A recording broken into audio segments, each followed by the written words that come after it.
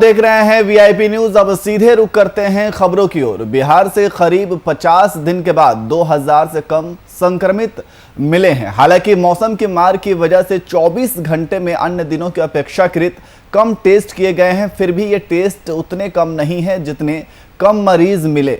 Lockdown से पहले इतने ही टेस्ट कराने पर 13 से 14 हजार मरीज मिल रहे थे। आज 1785 पॉजिटिव मिले। इसके पहले 8 अप्रैल को राज्य से 1911 पॉजिटिव मिले थे। पटना से 138 संक्रमित मिले।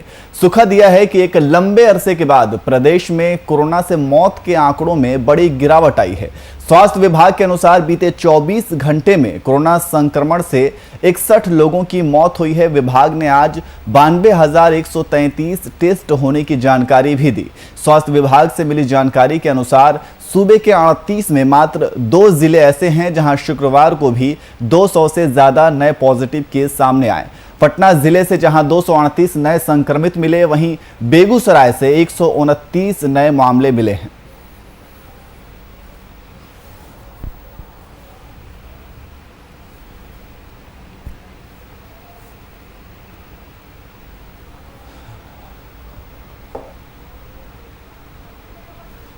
और इसी खबर पर अधिक जानकारी के लिए हमारे वरिष्ठ संवाददाता शशांक दुबे हमारे साथ लाइव जुड़ गए हैं। शशांक जी, जिस तरीके से देखा जा रहा है कि अब बिहार में लगातार कोरोना के मामलों की संख्या में कमी देखी जा रही है, शशांक। देखिए, यहाँ जो बातें चल रही थी कि बिहार में कल का जो दिन बीता है, कल करीब 92,000 से ज्यादा टेस्ट की गई है। लगभग 92,000 टेस्ट किए गए हैं, जिसमें रिकॉर्ड कम केस अगर मिले हैं 50 दिनों के बाद, तो वो कल थे और वो करीब 1745 दिन की 1750 के करीब मामले रिपोर्ट किए गए। लेकिन यार महत्वपूर्ण ये है कि आप जो जांच करते हैं उनमें से पॉजिटिविटी रेट इतनी कम है। पॉजिटिविटी रेट जो 2% के लगभग आ गई है, ये 2% थोड़ा कमी है। वो पॉजिटिविटी रेट बताती है कि कोरोना के मामले में डिक्लाइन हो रहा है। लेकिन कई बार ये फिर बातें उठती हैं कि आप टेस्ट कितना कर रहे हैं और टेस्ट का दायरा कितना है। क्योंकि अगर टेस्ट का दायरा बढ़ाया जाएगा, इलाके बढ़ाए जाएंगे, उसको ग्रामीण तक पहुंचाया जाएगा, तो टेस्ट ज्यादा भी होंगे और उस टेस्ट से जो आउटकम आएगा वो रियल आउटकम होगा। लेकिन फिर भी बहुत सुकून की बात है कि बिहार में जो पॉजिटिविटी रेट है वो काफी गिर गई है और रिकवरी रेट ज्यादा है। और दूसरा महत्वपूर्ण विषय है कि कल जो मौसम खराब था, जो साइक्लोन की वजह से कल और परसों मौसम खराब था, आज भी मौसम का हालांकि कुछ असर दिख रहा है, तो उस हालात में भी अगर 92,000 टेस्ट किए गए हैं तो काफी बहुत बड़ी बात है। क्योंकि जिस तरह का कल मौसम था, जिस तरह के लोग घर से निकलने की स्थिति में नहीं थी, तो लग रहा था कि कल टेस्टिंग शायद रुक जाए या फिर वैक्सीनेशन प्रोग्राम रुक जाए। लेकिन उस स्थिति में भी आपके हेल्थ वर्कर्स ने और लोगों ने बढ़ चढ़ कर हिस्सा लिया। 92,000 टेस्ट हुए। सुखद बात है कि आपके केसेस घट रहे हैं, लेकिन फिर बार बार मैं यही कहूंगा कि आपको टेस्ट का दायरा बढ़ाना होगा। और ये आंकड़े नहीं आ पा रहे हैं कि टेस्ट किन इलाकों में किए गए, कितने टेस्ट में रूरल एरिया किए गए हैं और कितने टेस्ट अर्बन एरिया किए गए। इन तमाम चीजों को समग्रता में देखनी होगी। लेकिन एक खुशी की बात है और महत्वपूर्ण बात यह है कि जो पॉजिटिविटी रेट है, यानी पॉजिटिव होने की दर है, वो कम हुई है और इससे लोगों को कहीं ना कहीं राहत जरूर मिली है। क्योंकि दूसरी बात नियाज अगर देखा जाए कि अस्पतालों में क्या स्थिति है, क्योंकि अस्पताल मीटर होते हैं कि आखिर बीमारी का क्या तरीका है, किस स्थिति में है। देखिए, जो पटना के बड़े कोविड हॉस्पिटल थे, चाहे एनएमसीएच हो, फिर चाहे एम्स हो, या जितने भी निजी अस्पतालों में भीड़ लगती थी, भीड़ बहुत कम हो गई, लोगों के आने का दर बहुत कम हो गया है और वहां पर जो पेशेंट भर्ती है वो रिकवर होते ही जा रहा है। तो अस्पतालों में भीड़ बहुत कम हो रही है, अस्पतालों में आने वाली संख्या कम हो रही है, बेड में जो लोग हैं वो भी अब खाली हो रहे हैं। तो ये भी दर्शाता है कि अब लोगों के अंदर संक्रमण का दर कम हो गया है। कोरोना का वायरस जो है, जो सेकेंड दूसरी फेज आई थी, जो उसका स्ट्रेन था, वो अब कमजोर पड़ा है। लेकिन फिर भी इतना कमजोर नहीं पड़ा है। ग्रामीण क्षेत्रों में उसका प्रभाव बताया जा रहा है कि अब दिखने लगा है कुछ इलाकों में, तो कहीं ना कहीं वहां भी अब फोकस करना होगा। नियाज जी शशांक जी, लेकिन ये भी कहा जा रहा है कि जिस तरीके से यास तूफान की वजह से जो मौसम में बदलाव हुए हैं उसकी वजह से टेस्ट में कमी की गई, तो क्या जो संक्रमण मरीजों की संख्या में कमी आई है वो सिर्फ इसी वजह से कमी दिख रही है, या वाकई में अभी अगर जांच का दायरा बढ़ाया जाए, संख्या बढ़ाई जाए, तो अभी संक्रमण की संख्या में कोई कमी ऐसी नजर नहीं आएगी? देखिए नियाज, ये जो आंकड़े आते हैं जिसको हम कहते हैं पॉजिटिविटी रेट कितनी है, यानी धनात्मक होने का जो दर कितनी है, यानी अगर हम 100 टेस्ट करते हैं तो उसमें हमको कितने पॉजिटिव औसतन मिलते हैं। तो अगर हम रेट बढ़ाएंगे, रेशो मान लीजिए कि हम अभी आज हमने 1 लाख टेस्ट किया है, अगर हम 2 लाख टेस्ट करें और 1 लाख टेस्ट में हमको 2,000 मरीज मिले हैं करीब, और औसतन 2,000 करीब मरीज मिले हैं, तो हमारी पॉजिटिविटी रेट 2% है। अगर हम कल 1.5 से 2 लाख टेस्ट करते हैं और हमको 6,00,000 मरीज मिल जाते हैं, 4,000 मरीज मिल जाते हैं, तब भी हमारी पॉजिटिविटी रेट 2 से 2.5 के बीच में रहेगी।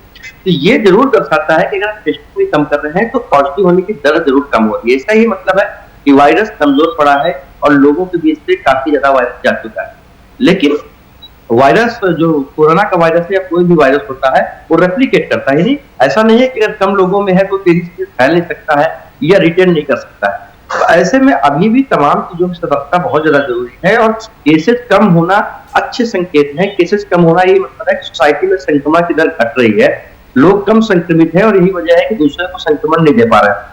दूसरा, जो डॉक्टरों से बात की जा रही है कि अब स्ट्रेन उस लेवल का नहीं है कि बहुत तेजी से स्प्रेड करे, बहुत तेजी से फैलाव करे, लेकिन वो उन जगहों पर है जहां आप मैक्सिमम जो है इम्यूनिटी पा चुके हैं, जहां पर ज्यादातर लोगों की वैक्सीनेशन हो चुका है या वो कोरोना पॉजिटिव हो चुके हैं।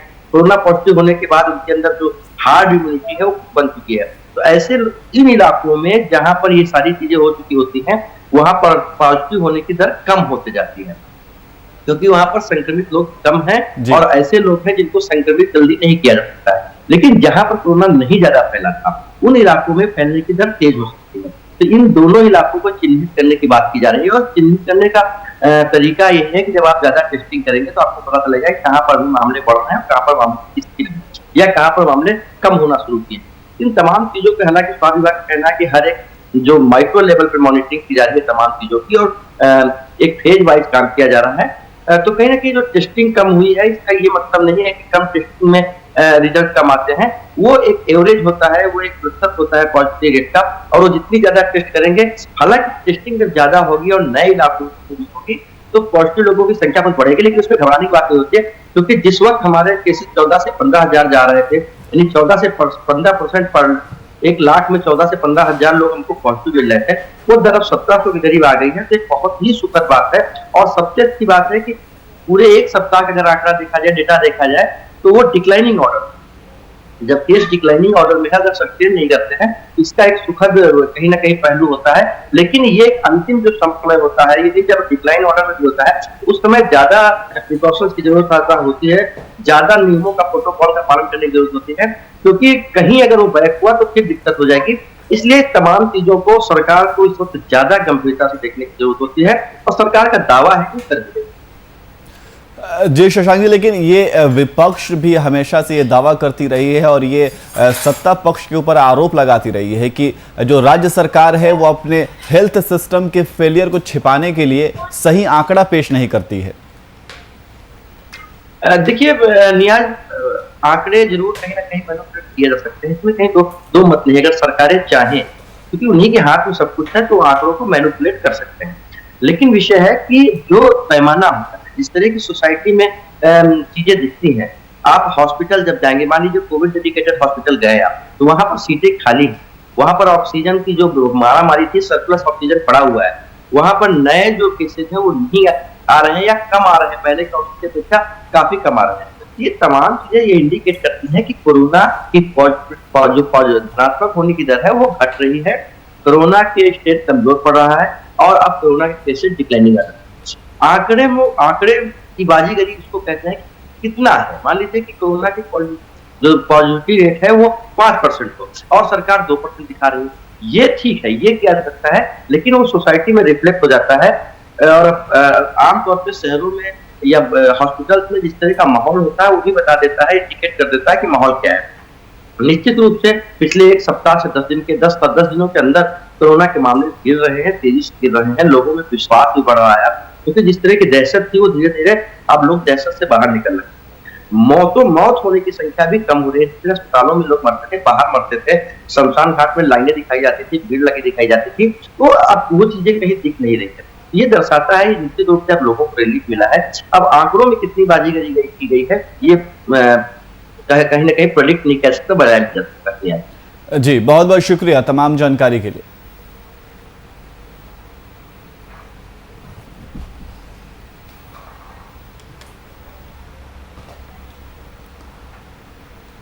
वहीं झारखंड की राजनीति में ताजा दो मुद्दों को लेकर सरगर्मी तेज हो गई है। वहीं लगातार विपक्षी दल सरकार से पत्रकार को फ्रंट लाइन वॉरियर्स बनाने को लेकर राज्य सरकार को घेरने का काम कर रही है और साथ ही झारखंड की स्वास्थ्य व्यवस्था पर भी सवाल खड़े किए जा रहे हैं। इसी क्रम में बीजेपी विधायक दल नेता बाबूलाल मरांडी ने पत्रकारों के आश्रित परिवार को मदद करने के लिए केंद्र सरकार को धन्यवाद दिया और झारखंड सरकार से आग्रह किया कि जल्द से जल्द झारखंड के पत्रकारों को भी केंद्र सरकार की तर्ज पर मदद दे। और वहीं उन्होंने कहा कि झारखंड में हेमंत सरकार को 1.5 साल से अधिक हो गई है, लेकिन स्वास्थ्य व्यवस्था कितनी खराब है यह किसी से छुपी नहीं है। हाईकोर्ट को भी सामने आकर एक छोटा सीटी स्कैन मशीन के लिए फटकार लगानी पड़ रही है। यही झारखंड की बदकिस्मती है। हाई कोर्ट ने कई दिनों से फटकार लगा रही है कि राज्य की जो सबसे बड़ी अस्पताल रिम्स है और रिम्स में सीटी स्कैन मशीन तक नहीं है। बार बार सरकार कह रही है कि हम खरीद रहे हैं, तो अफसोस लगता है भाई इतना बड़ा अस्पताल और झारखंड में सरकार को बने हुए हेमंत सोरेन को 1.5 साल से अब हो गया होने को चला, लेकिन उसके बाद भी अगर एक सीटी स्कैन मशीन नहीं खरीद पाई या नहीं खरीद पा रही है तो सरकार कितना इफेक्टिव है या कितना काम कर रही है किस प्रकार से, वो सहज आप कल्पना कर सकते हो, समझ सकते हो। इसलिए फिर मैं सरकार से कहूँगा कि भाई आप बार बार कोर्ट की फटकार लगाने के बाद भी अगर आप उसको नहीं कर पा रहे हैं तो इससे बड़ी और दुखद क्या हो सकता है इससे, क्योंकि राज्य के इस बड़े अस्पतालों में अगर टेक्नीशियन नहीं होंगे, तकनीक नहीं होगा, मशीन नहीं होगा तो फिर लोगों की जांच कैसे होगी, लोगों के ट्रीटमेंट कैसे होगा, इलाज कैसे होगा। इसलिए सरकार को बिना विलंब किए कम से कम जितने भी मेडिकल कॉलेज है वहाँ पर जितनी भी आधुनिक तकनीक है उन सारे तकनीकों से उन अस्पतालों को सुसज्जित करना चाहिए सरकार को। उसमें इनको कोई गोलमाल नहीं करना चाहिए। तो ये लगता नहीं है कि सरकार उस दिशा में कोई गंभीर है। इसलिए आपने देखा होगा पिछले दिनों जो 3 नए मेडिकल कॉलेज पिछली सरकार ने जो खोला, उद्घाटन भी हुआ, उस वक्त एडमिशन भी हुआ, लेकिन बाद में एनसीआई क्या बोलते हैं एमसीआई ने उसको रोक दिया। कारण क्या था? फैकल्टी की बहाली वहाँ नहीं हो पाई। जो जरूरत है, जो मापदंड है उसको सरकार पूरा करने के ऊपर सरकार गंभीर ही नहीं है। इससे बड़ी और दुर्भाग्य क्या हो सकता है कि अगर आज सरकार उन मेडिकल कॉलेजों में फैकल्टी की बहाली किए होते तो इस कोरोना काल में भी वहाँ पर लोगों को बेहतर इलाज होता और बच्चे भी पढ़ते, तो आने वाला कल झारखंड में जो डॉक्टरों की जो कमी है उस कमी को भी हम सब लोग पूरा कर पाते। इसलिए मैं झारखंड सरकार से फिर कहूँगा कि हेल्थ इम्पोर्टेंट विषय है, राज्य का विषय है, राज्य का सब्जेक्ट है, तो हेल्थ मजबूत हो और झारखंड को एक आइडियल स्टेट सरकार बना सकती है, क्योंकि ये छोटा राज्य है और यहाँ पर इतनी आइडियल बनाओ ताकि दूसरे जगह भी उसका लोग अनुकरण कर सके। हाई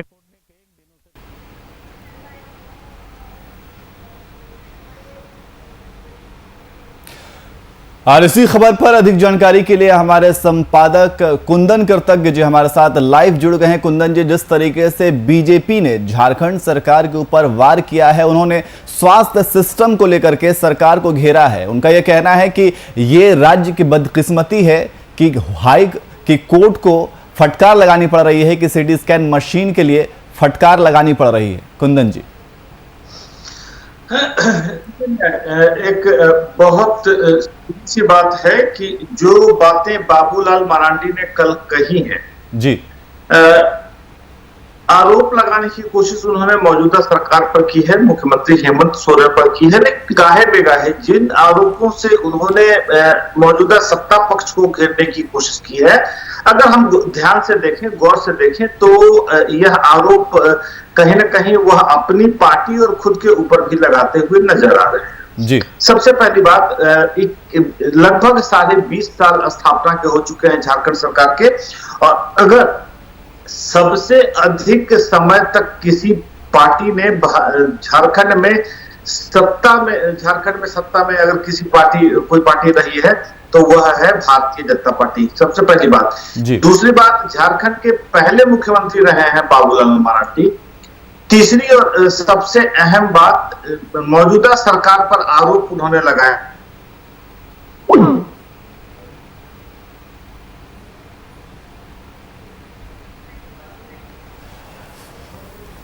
तो झारखंड की राजनीति में ताज़ा दो मुद्दों को लेकर के सरगर्मी तेज हो गई है। एक हेल्थ सिस्टम को लेकर के बीजेपी ने सरकार के ऊपर निशाना साधा है, तो वहीं दूसरा मुद्दा जो है वो पत्रकारों को फ्रंट लाइन वॉरियर्स बनाने को लेकर राज्य सरकार को घेरने का काम कर रही है। और साथ ही आपको बता दें कि इसी क्रम में बीजेपी विधायक दल नेता बाबूलाल मरांडी ने पत्रकारों के आश्रित परिवारों को मदद करने के लिए केंद्र सरकार को धन्यवाद भी दिया और झारखंड सरकार से आग्रह किया कि जल्द से जल्द झारखंड के पत्रकारों को भी केंद्र सरकार की तर्ज पर मदद दे।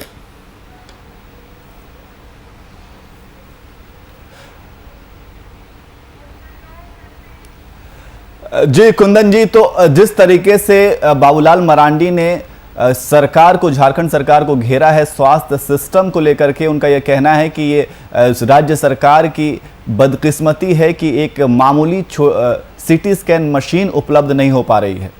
कुंदन जी, तो मैं वही आपको कह रहा था कि बाबूलाल मरांडी ने मौजूदा सरकार पर जो आरोप लगाए हैं, तो सबसे अहम बात यह है कि मौजूदा सरकार ने 29 दिसंबर 2019 से राज्य की सत्ता को संभाला है और इन 1.5 वर्षों के अंतराल में जिस तरीके से राज्य कोरोना संक्रमण काल के पहले चरण की परेशानियों से जूझता रहा, उसके बाद आर्थिक पहलू पर काफी नुकसान और परेशानी होती रही, राज्य हमेशा जूझता ही रहा है। अब सबसे पहली बात आपको बता दें कि उन्होंने चर्चा की रिम्स में सीटी स्कैन मशीन नहीं होने की, जिसकी वजह से रिम्स में मरीजों को बाहर से जांच करानी पड़ रही है, जो गरीब मरीजों के लिए काफी परेशानी का सबब है।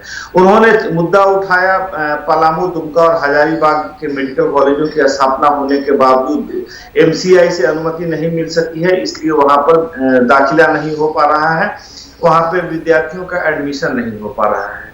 तीसरी बात उन्होंने की कि राज्य में डॉक्टरों की कमी है। नियाज, सबसे बड़ा सवाल, 2014 से 2019 तक पूरे 5 साल भारतीय जनता पार्टी शासन में रही जी। डॉक्टरों की कमी अगर राज्य में थी तो उस दौरान डॉक्टरों की कमी को क्यों नहीं ठीक कर दिया गया जी। रिम्स में अगर व्यवस्थाएं बिगड़ी हुई हैं तो उस व्यवस्था को पिछले 5 वर्षों में रघुवर दास की सरकार के कार्यकाल के दौरान क्यों नहीं ठीक कर लिया गया। तीसरी और अहम बात है, जिस 3 मेडिकल कॉलेजों के स्थापना की बात की जा रही है, एमसीआई ने अगर वहां पर कुछ गड़बड़ियां पाई हैं तो उन गड़बड़ियों का जिम्मेदार कौन है, क्योंकि इन तीनों मेडिकल कॉलेज का निर्माण और स्थापना भाजपा के शासनकाल में हुआ था।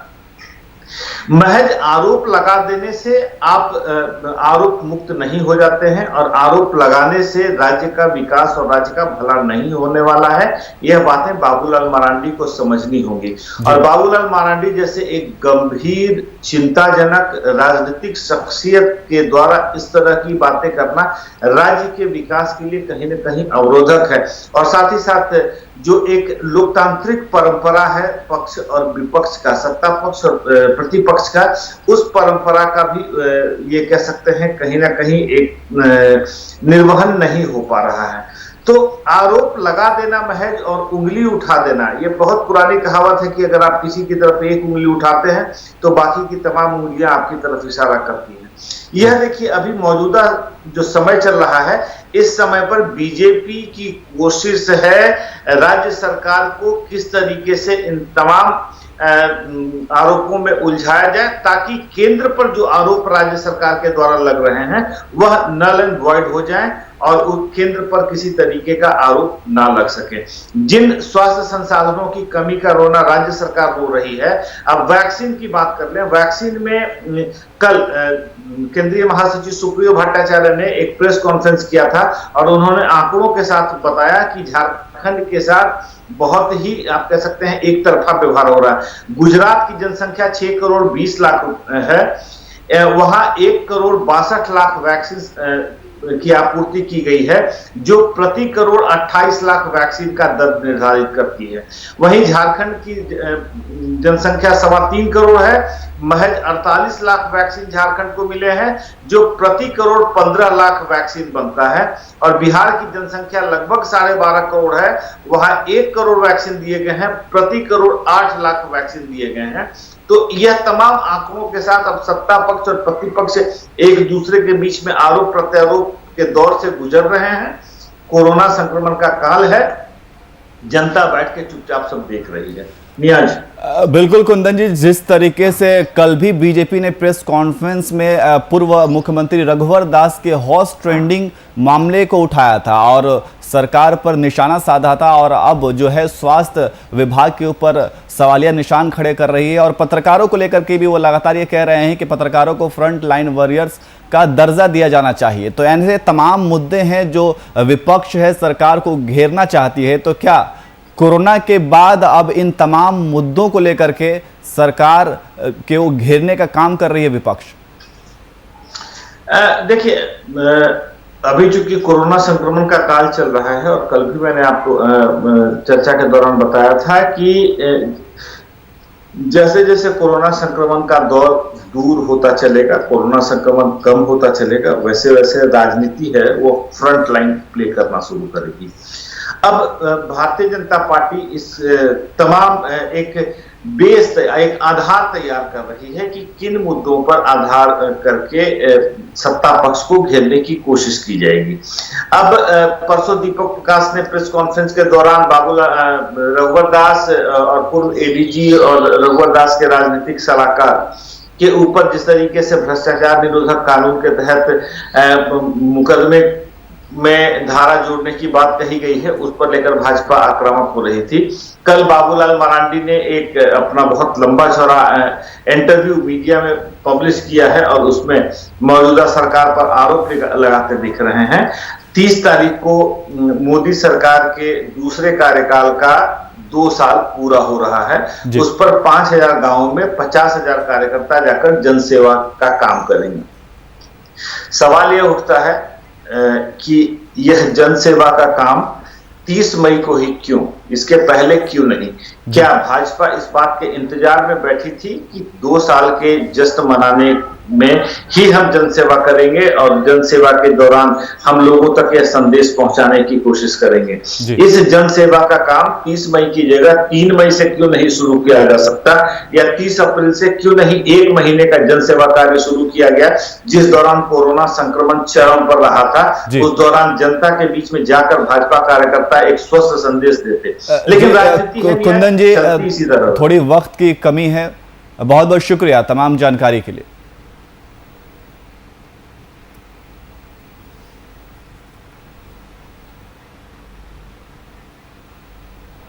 फिलहाल बुलेटिन में इतना ही। देश और दुनिया की तमाम खबरों के लिए देखते रहिए VIP न्यूज़। नमस्कार।